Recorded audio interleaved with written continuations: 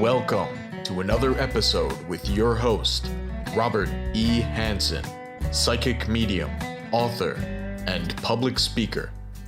Hi, welcome back. Today we're talking about leaving it all behind. What a topic. For most people, myself included of course, we all have been given the gift of memory. Most animals on this planet, most life forms on this planet do not deal with memory in the typical word of memory. There are some instinctive mechanisms in some creatures that let them repeat certain behaviors. They kind of remember where they placed their birdseed. They know where the nest is. Perhaps they have buried something in the savannah. A lion has killed a gazelle and they've placed part of it off to the side and they recall where it is. But a lot of that is a merging of instinct and a small amount of actual brain matter memory. But in the human animal, in the human creation, the brain has developed over 1 million years. It's a very, very powerful tool. And the brain does several things, obviously. It thinks. It also thinks about the future, which is imagination. It projects outwardly, and it also has a reflection of the past. And as time goes by, the reflections of the past become very, very enormous. I mean, every day we're accumulating more and more and more memory, and it's constantly being stored. Now, a lot of the memory is on what we call the subconscious. It lies deep underneath the conscious mind, the mind that's dealing with day-to-day issues. That's the conscious mind, the mind that we have during the day. And that conscious mind is a compilation of memory and instinct and reflex and all of this stuff together. But to keep this very simple and very to the point, many of us have memory of the past. And in dealing with the memories of the past, there are folks that see their past as very joyful, very happy.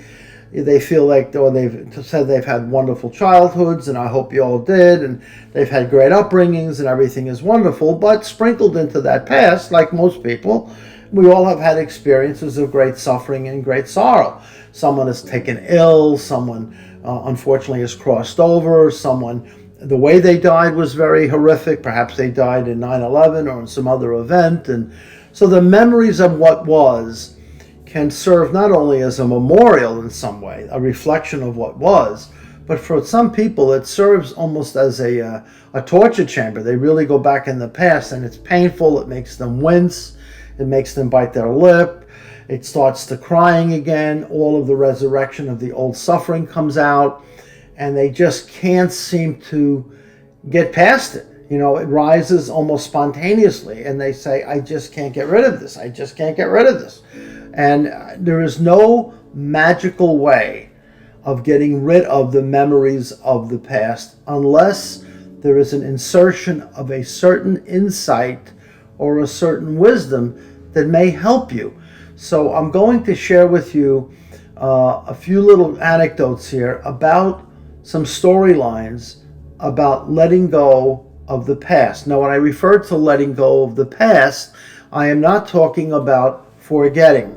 Forgetting suggests to people that they forget the past.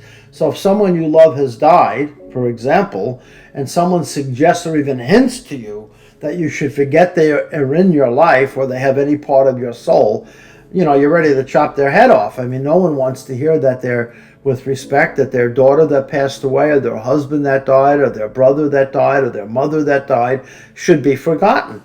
No one is hinting at that, including me. You know, we all have these holidays throughout the year where we reflect on the good days and the bad days.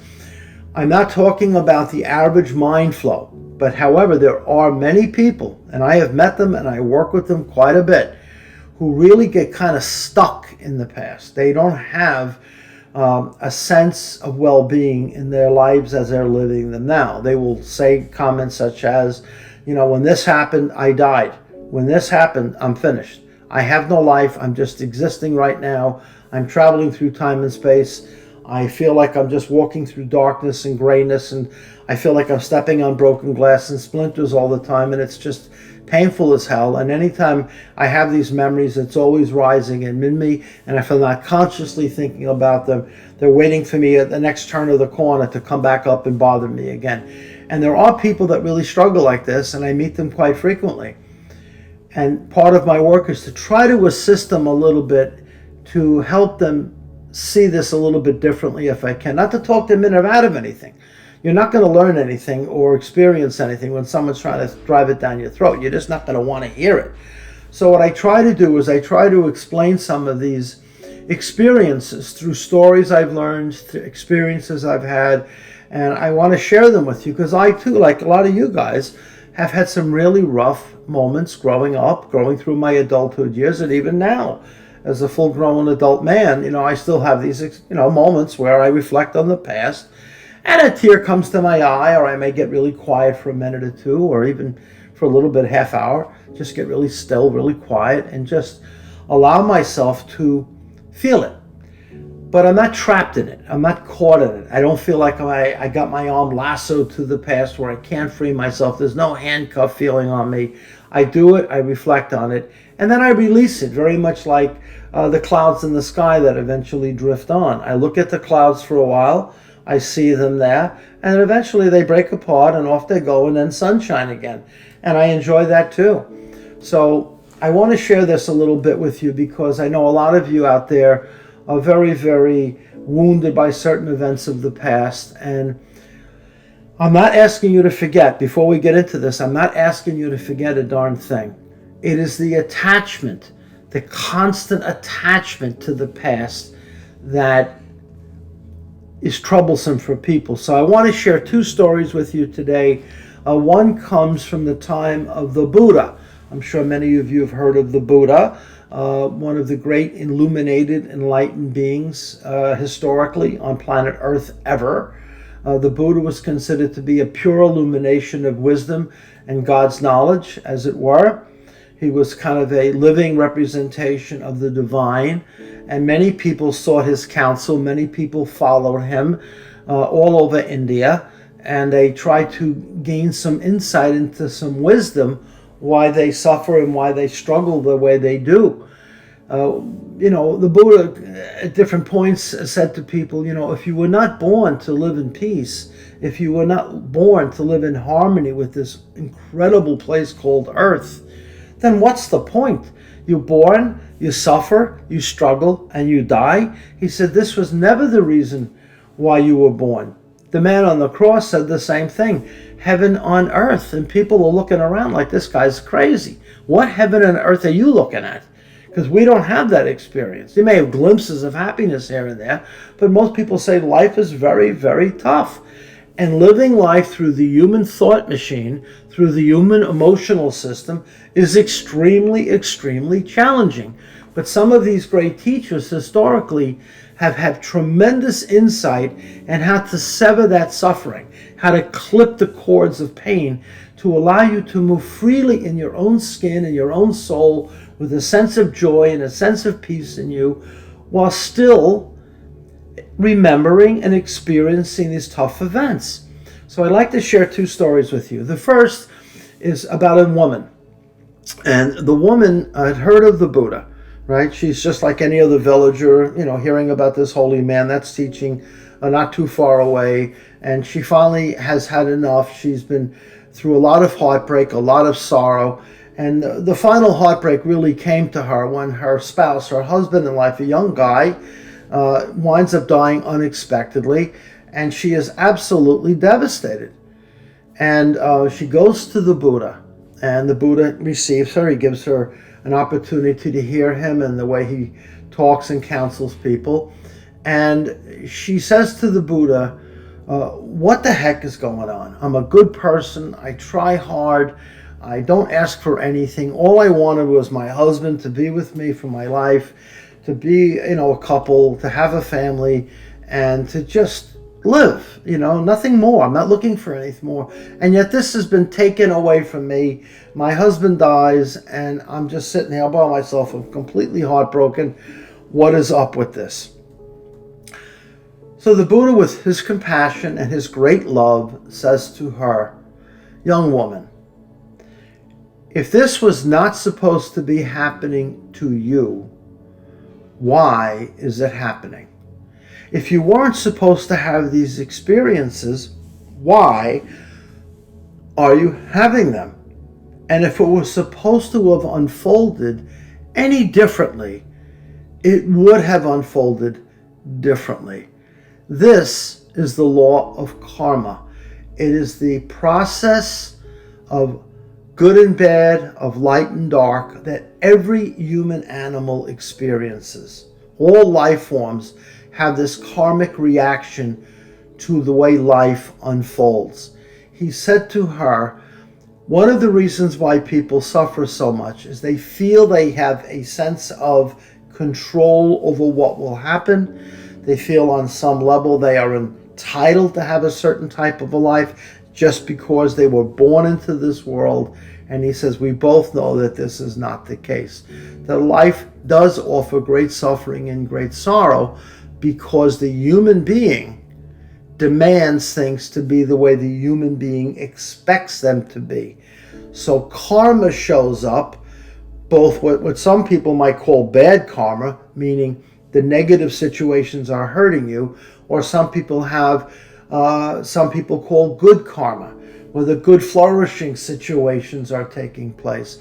They're willing to receive the great, they want no part of the bad, and I get that. On a practical level, I absolutely understand that instinct. However, it doesn't work out like that.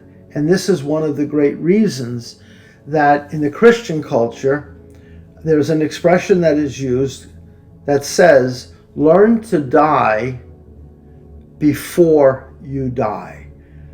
So, in other words, can you look and see how you can die to the past, but not deny the past? There was a past.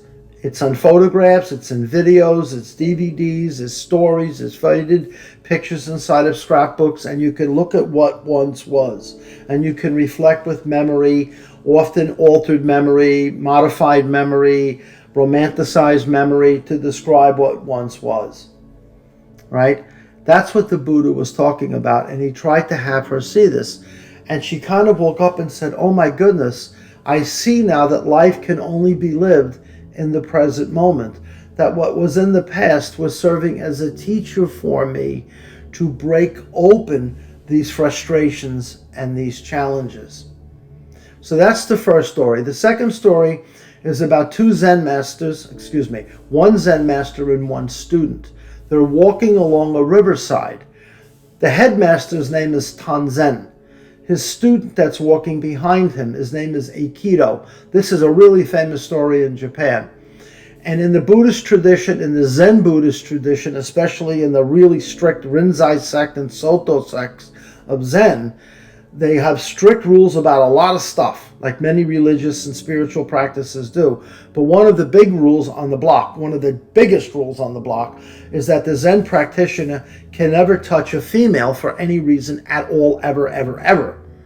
So these two guys are walking along a riverbank, and the head monk and the novice, the student, sees a woman falling into the water. She's washing clothes, and she slips and falls in. The headman runs down, picks her up out of the water, puts her on the shore, and keeps on walking. The young monk is in shock.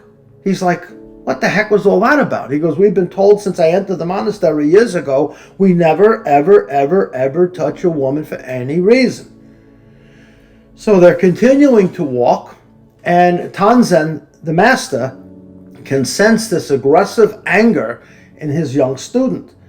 And after about 3 or 4 hours, Tanzen turns around to the young monk and says, Aikido, what is the problem? I can feel this anger in you. And the young monk says, Master, you broke the rules of the monastery. You touched the female. And he says, I touched her to save a life. No rules apply when a life is to be saved. Secondly, young monk, I put that woman down over 4 hours ago. You are the one that still carries her. And the young monk sat back and realized that he was dragging the past into the present moment in this beautiful experience of walking along the riverside and the beautiful sunlight. He was missing it all, which is where his life was flourishing in that very moment.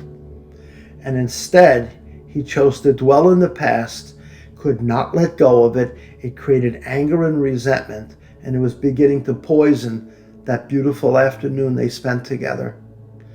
And in that moment, the young student woke up and realized that all things are changing, everything is in movement, and he came to a peace that is often referred to as a peace beyond all understanding. He let go of the suffering and the anger of the past. Thank you for tuning in.